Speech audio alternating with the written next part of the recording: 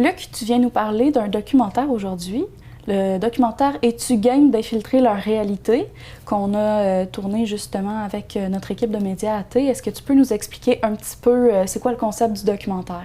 Effectivement. Le concept du documentaire est venu de la table de concertation en santé mentale et dépendance. Il y avait une demande, il y a des sous qui ont été descendus par le gouvernement provincial en dépendance et en utilisation du cannabis. Puis, on s'est penché sur faire une suite de Amoswa. L'idée de base du projet, c'était faire la suite de Amoswa, qui a été un projet là, il y a plusieurs années, qui avait été tourné ici à Amos, sur une certaine réalité souterraine, où les jeunes manquaient de place. Puis ils voulaient qu'on fasse la suite là-dessus, mais plus en lien avec la consommation du cannabis. On a appelé certains intervenants d'Amoswa, on a commencé à faire des approches, et ces gens-là nous ont dit que malheureusement, ils ne voulaient pas rouvrir la blessure qu'ils avaient vécue ou ils avaient passé à autre chose dans leur vie, fait qu'il n'y avait pas d'intérêt à faire la suite. On s'est tourné de côté, puis on a dit, on est capable d'aller chercher des jeunes de notre MRC pour voir c'est quoi la réalité aujourd'hui. C'est ce qu'on a fait. Avec François, on a passé des entrevues, on a rencontré plein de monde pour en venir à avoir quelques individus qui ont tourné, qui ont accepté, qui ont tourné, et qui nous ont donné le documentaire qu'on a présenté aux médias le 15 novembre dernier et hier soir là, avec le lancement officiel. Oui, fait que là, on a vu des gens qui témoignaient un peu de comment ils vivaient la consommation, comment ils ont commencé, pourquoi ils ont poursuivi. Il y en a qui avaient arrêté de consommer dans le documentaire, il y en a d'autres qui consommaient toujours, il y en a qui cherchaient un certain équilibre aussi. Justement, le but, c'est pas de taper ses doigts puis de dire il faut pas consommer. Non, le but, c'était d'être moralisateur. Puis ça, le but, c'était de ne pas être moralisateur. Ne pas être moralisateur, merci. L'objectif était là. Depuis le début du projet, on voulait avoir quelque chose pour sensibiliser les gens. Avec l'avenue de la nouvelle loi qui a donné l'autorisation à fumer du cannabis presque partout, un peu comme l'alcool, on s'est dit on veut pas taper sur les doigts des jeunes en leur disant « faites pas ça, c'est mal ». Mais si vous le faites, faites-le dans des places sécurisées avec des gens que vous connaissez. Puis faites-le dans une bonne, comment je le dirais, là, conscience, puis pas dans un moment de détresse ou un moment où ça va pas bien. Là. Faites-le comme prendre une bière entre amis. Là. Ça se fait. C'est un peu ça l'objectif qu'on s'était donné. Là. Donc, on parle de consommation récréative, mais d'éviter de tomber dans la dépendance en se mettant dans une situation de vulnérabilité. Là. Voilà, c'est ça. Puis on voulait pas non plus dire, si vous faites ça, il va vous arriver ça, il va vous arriver ça. On voulait vraiment sensibiliser en donnant le plus d'informations possible. Puis dans le documentaire, il y a 3 types. Il y a des consommateurs qui sont ancrés dans leur consommation, il y a des consommateurs qui le savent, qui ont développé certaines problématiques de dépendance, qui sont conscients, donc qui essayent de s'en sortir, puis on a ceux qui s'en sont complètement sortis. Fait qu'on a une vision presque totale des consommateurs qu'il y a actuellement là, sur majoritairement tous les territoires. Puis ça vient avec une animation systématiquement. Le documentaire n'est pas disponible en visionnement libre pour n'importe qui. Là. Non, parce qu'on a réalisé, après le premier visionnement, devant nos partenaires, puis devant les invités VIP, qu'il y avait une intervention à faire après. Il y a des gens qui sont venus nous voir, qui ont été voir Raphaël Connelly, qui est le travailleur de rue dans le documentaire, qui ont été voir aussi des intervenants du CISAT qui étaient présents pour discuter de problématiques qu'ils avaient ou qu'ils avaient eues, puis là, ils avaient besoin de le ventiler. Fait qu'on on avait déjà fait un premier guide d'animation quand on a fait le lancement. On s'est rassis et on a repaufiné le guide d'animation avec plus de détails, plus de ventes. Ça vient avec des questions à poser avant et après. Fait que, moi, mon dada, c'est de faire de l'animation dans la vie. Puis je n'aimerais pas ça toute seule. Pourquoi? Parce qu'il y a beaucoup trop de détails. Puis on rentre, tu as vu le documentaire, fait que tu as vu qu'on rentrait vraiment dans la consommation pure. On veut que les gens le sentent, qu'ils soient capables après de nous parler. Là. Fait que c'est pour ça qu'on a fait un guide d'animation. On ne voudrait pas non plus que ce soit quelqu'un qui est juste travailleur social, mais qui n'a pas touché à la dépendance. On veut vraiment que quand on va remettre le documentaire et le guide, que ce soit quelqu'un qui soit ferré en consommation. Je ne parle pas ici d'un consommateur. Je parle ici d'un intervenant en toxico ou en dépendance qui soit ferré, puis un animateur à côté pour pouvoir aider, puis prendre la balle au bon, prendre des fois juste pour permettre au travailleur social ou à l'intervenant de prendre une gorgée d'eau. C'est un peu ça. Là. La fin de l'animation vient avec des suggestions d'actions à poser pour éviter de tomber dans la dépendance ou pour éviter que la consommation dégénère en situation plus problématique. On parle d'éviter de mélanger les substances. Ouais. De ne pas consommer seul, de se tenir avec des gens de confiance et de prendre des petites doses à la fois. Mais gens de confiance, qu'est-ce qu'on entend par là? Bien, les gens de confiance, on entend... Puis là, je ne suis peut-être pas le mieux placé pour répondre à cette question-là, mais avec l'expérience puis avec le soutien que j'ai eu de mon équipe à bâtir le documentaire, je peux répondre...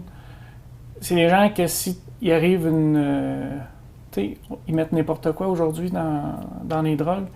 Si tu fais un bad trip, est-ce que tu as suffisamment confiance aux gens avec qui tu es pour pouvoir aller t'apporter à l'urgence ou te prodiguer les premiers soins, ces choses-là? C'est peut-être aussi des gens qui ont consommé, mais avec modération. La question qui me vient, là, c'est est-ce que je sortirais avec quelqu'un qui est alcoolique puis que j'irais dans un bar? Probablement non, parce que je sais que si lui prend un coup... Si moi, il m'arrive de quoi, c'est pas avec lui. Fait que ce serait un peu ça la réponse, là. T'sais, la personne en qui tu peux avoir confiance, que tu sais que s'il arrive quoi que ce soit, c'est pas lui qui va être le plus gommé, le plus hypothéqué par les substances, là. C'est un peu ça que je donnerais, là. Mais c'est une maudite bonne question. Moi, ce qui me vient en tête, c'est qu'adolescente, ce que certains faisaient, c'est qu'ils s'assuraient qu'il y a au moins une personne qui ne consommait pas pendant la soirée, au cas où qu'il arrive quelque chose, puis toujours avoir accès à un téléphone cellulaire, d'avoir un bon réseau s'il arrive quelque chose.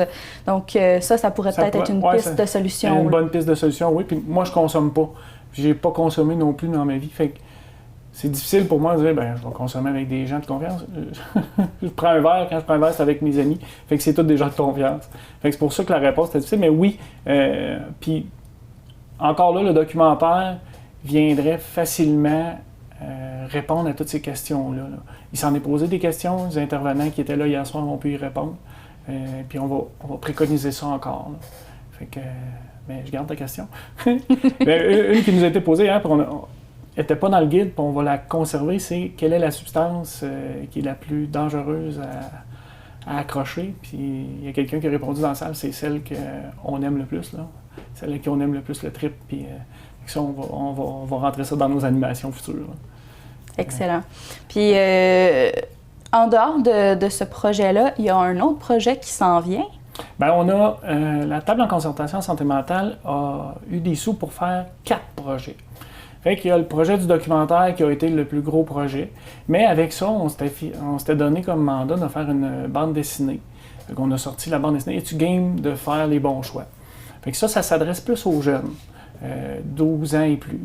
Parce qu'on comprend que le documentaire, c'est du secondaire 5 à adulte. Pas mal 16 ans et plus, je dirais. Pas mal 16 ans et plus. La bande dessinée, elle, est 12 ans et plus. Fait que vous incarnez Marc ou Marie, un garçon et une fille, qui s'en vont dans un party d'adolescents en scooter. Et là, il arrive toutes sortes d'affaires. Puis tu as à faire les bons choix. Fait que ceux qui ont connu un peu les jeux de rôle, c'est un petit peu tourné là-dessus. Fait que tu fais des choix, en fonction des choix, il arrive tel. Fait que ça, c'est disponible présentement sur la page de Marie-Ève Guindon. C'est elle qui est la BDS qui a fait la bande dessinée. Il y a aussi les podcasts qui actuellement sont disponibles sur vos plateformes de podcasts qui parlent du documentaire, qui parlent aussi de tous les sujets qui sont traités, puis il en reste encore à tourner. Là. On a encore quelques podcasts à terminer. Puis il y a bien sûr le jeu d'évasion, un petit game de t'évader, qui lui a été promu dans les écoles. Puis ça, c'est des cubes faits avec code César, puis tu dois résoudre l'énigme pour pouvoir passer au cube suivant.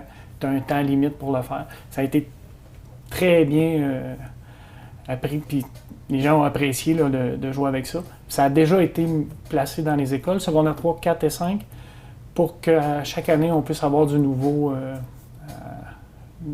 jeunes qui puissent le faire. Ça, c'est les 4 projets sur le territoire de la MRC qui ont été faits avec la même enveloppe budgétaire qui a été donnée par le gouvernement.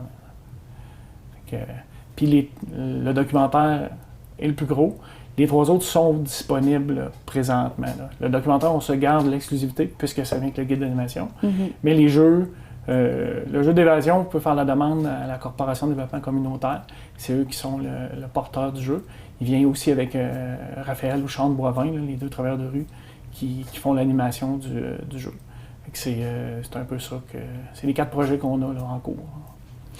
Puis en terminant, tu m'avais parlé de la soirée Super, je crois. Oui, ben ça c'est complètement à part des documentaires, mais le 17 juin prochain, on aura la chance d'inviter la population, tous les gens qui ont un rôle de super-héros, un rôle paternel de super-héros, père, grand-père, oncle, frère, ces choses-là, grand ami, ou même 2 mamans, dont une est plus le père, l'autre le rôle de la mère. On fait un 5 à 7 hot dog en arrière de la salle de l'Âge d'Or. Et il va y avoir des jeux pour essayer de créer une petite animation, mais aussi une petite compétition entre le héros paternel, la figure paternelle, puis les enfants. Fait que il y a le laser gun qui va être présent. Capel et Malcommode avec 2 jeux, un pour plus petit, mais un jeu de défi. Les hot dogs, c'est gratuit pour tous les gens qui vont être là. Fait que ça se passe en arrière de la salle de l'Âge d'Or entre 17 et 19h le 17 juin prochain. Fait que, ben, merci beaucoup d'avoir été là. Est-ce que tu as quelque chose à rajouter? Non, merci beaucoup. Plaisir. Puis n'importe quand, on va revenir. Parfait. Merci.